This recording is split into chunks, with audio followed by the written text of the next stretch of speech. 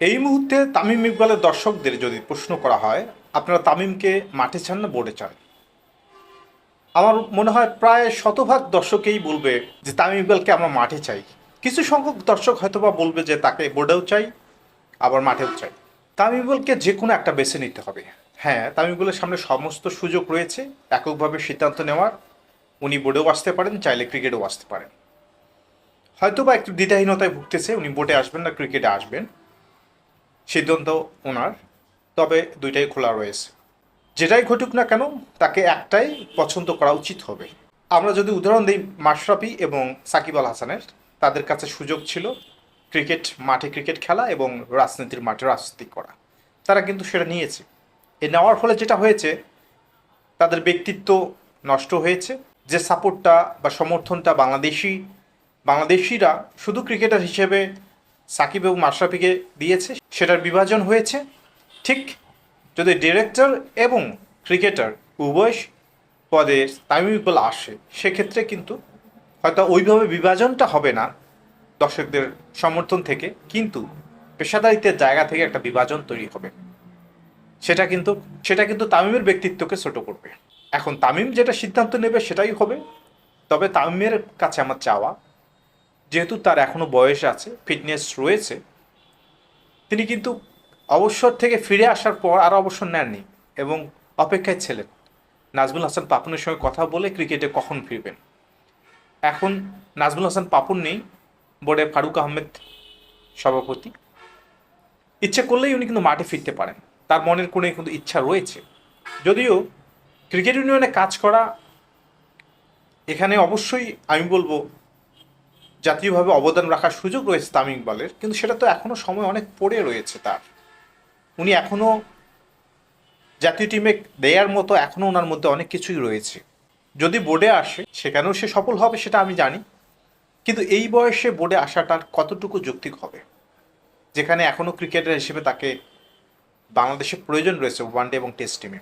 আর প্রশ্ন আসতে পারে, কারণ বোর্ডে তার চাচা রয়েছে, তার ভাই রয়েছে, ফারুক আহমেদও তার আত্মীয় হয় এবং ফারুক আহমেদের আত্মীয় আবার নাফিজ ইকবাল হয়। যদিও তামিম ইকবালের বোর্ডে আসার সকল যোগ্যতা রয়েছে, শুধু অভিজ্ঞতায় নেই। কিন্তু প্রশ্ন আসবে, তামিম ইকবালকে এগুলো সহ্য করে নিয়েই বোর্ডে আসার সিদ্ধান্ত নিতে হবে, কারণ তাকে ত্যাগ করতে হবে এক ক্রিকেট সত্তা এবং তার এই যে সমালোচনা। এটাও সত্য যে এতগুলো আত্মীয় থাকার কারণে তামিম ইকবালের জন্য আসাটা ইজি হয়েছে। অন্যান্য ক্রিকেটার যেখানে ক্রিকেট বোর্ডের সঙ্গে যুক্ত হতে, যেমন ফাইম, নাজমুল আবেদিন ফাইম এই বয়সে এসেই ক্রিকেট বোর্ডে যুক্ত হলেন। এর আগে কিন্তু উনি ওইভাবে ক্রিকেট পরিচালক হিসেবে কখনোই ক্রিকেট বোর্ডে আসতে পারেননি যোগ্য হওয়ার পরও। যেমন আমিনুল ইসলাম বুলবুল যোগ্য হওয়ার পরও এখনও ক্রিকেট বোর্ডে আসতে পারতেছে না। কিন্তু তামিমের ক্ষেত্রে এটা ইজি হলো কেন? সে ভালো ক্রিকেটের জন্য না, আমার মনে হয় একটু সফট কর্নার সে পাবে এবং এ নিয়ে সমালোচনা তৈরি হবেই। যেটাই ঘটুক না কেন, সিদ্ধান্ত তামিম ইকবালের। ক্রিকেটের জন্যই কাজ করবে তামিম ইকবাল। বোর্ডে আসাটাও খুব একটা খারাপ সিদ্ধান্ত হবে না। তবে যেহেতু এখন তার মধ্যে অনেক ক্রিকেট রয়েছে, আমার মনে হয় ক্রিকেটার হিসেবে তার মাঠে আরও 2 থেকে 3টা বছর আসা উচিত। কারণ বোর্ডে যখন পরিচালক পদে আসবে, একজন পরিচালক যখন মাঠে নামবে, এটা খুব একটা ভালো দেখা যাবে না, দৃষ্টিকটু দেখা যাবে, যেটা মাশরাফির ক্ষেত্রে হয়েছিল। শেষ সময়ে মাশরাফি গত বিপিএলে অনেক সমালোচনার শিকার হয়েছে। সাকিব আল হাসান হয়তোবা এখনও পারফর্ম করতেছে, সেই সমালোচনাটা আসতেছে না, কিন্তু সমর্থনের জায়গায় বিভাজন তৈরি হয়ে গেছে সাকিবের জন্য, কারণ সাকিব আওয়ামী লীগের রাজনীতি করেছে। এখন ক্রিকেট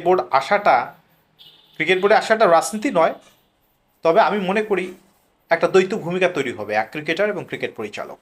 একজন ক্রিকেট পরিচালক যখন মাঠে নামবে, এটাও সম্ভব, কিন্তু ব্যক্তিত্বের দ্বন্দ্ব এবং তামিম ইকবাল যে ধরনের ব্যক্তিত্ব, সেখানে ব্যক্তিত্ব সেভাবে আর থাকবে না। সুতরাং আমি মনে করি তামিম ইকবাল একটা সিদ্ধান্ত নিক। সময় নিচ্ছে তামিম ইকবাল, আমি জানি, কারণ সময় নিয়েই তামিম ইকবাল ডিসিশন নেবে। সিদ্ধান্ত মেকিংয়ের জায়গায় তামিম ইকবাল যথেষ্ট ম্যাচুড, ভেবেচিন্তে সিদ্ধান্ত নেওয়া উচিত। একটা বড় অপরচুনিটি, এটাও ভেবেও হয়তো বা শেষের দিকে কেরিয়ার। তবে একটা ক্রিকেটারের আরাধ্য স্বপ্ন হলো জাতীয় টিমে খেলা। 15-16 বছর উনি খেলেছেন, ফিটনেস যেহেতু আছে, ক্রিকেটাররা ক্রিকেটের মধ্যেই বেঁচে থাকে। এখন তার সামনে অপার সম্ভাবনা রয়েছে পরবর্তীতে বোর্ড পরিচালক হওয়ার বা ক্রিকেট কোচ হওয়ার বা কমেন্ট্রি বক্সে কমেন্ট্রি দেওয়ার সকল সুযোগ তার মধ্যে রয়েছে, ভবিষ্যতে পড়েই রয়েছে এটা। কিন্তু ক্রিকেটার জীবন কিন্তু এখানেই শেষ হয়ে যাবে যদি সিদ্ধান্তটা সে নেয় যে বোর্ডে অন্তর্ভুক্ত হবে। সুতরাং আমি মনে করি তামিম ইকবাল যদি বোর্ডে যুক্ত হয় সেক্ষেত্রে ব্যক্তি তামিমের উন্নতি হয়তো বা হবে ক্রিকেট বোর্ডের কর্মকর্তা হিসেবে, কিন্তু ক্রিকেটের মৃত্যু হবে। সুতরাং তামিম ইকবালের কাছে চাওয়া, আপনার ভক্তরা হয়তো বা আপনাকে মাঠে দেখতেই বেশি ভালোবাসে, যেহেতু ভবিষ্যতে সুযোগ রয়েছে ক্রিকেট কর্মকর্তা হওয়ার, ক্রিকেট বোর্ড কর্মকর্তা হওয়ার।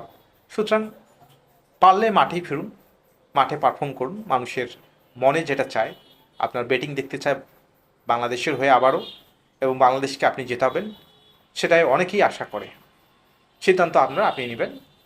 তবে আমাদের যেটা বহিঃপ্রকাশ ঘটানো, সেটা বহিঃপ্রকাশ দর্শকদের পক্ষ থেকে আমি ঘটালাম। ভালো থাকবেন সবাই, এবং পারলে আমার চ্যানেলটিকে সাবস্ক্রাইব করে দেবেন। ধন্যবাদ সবাইকে।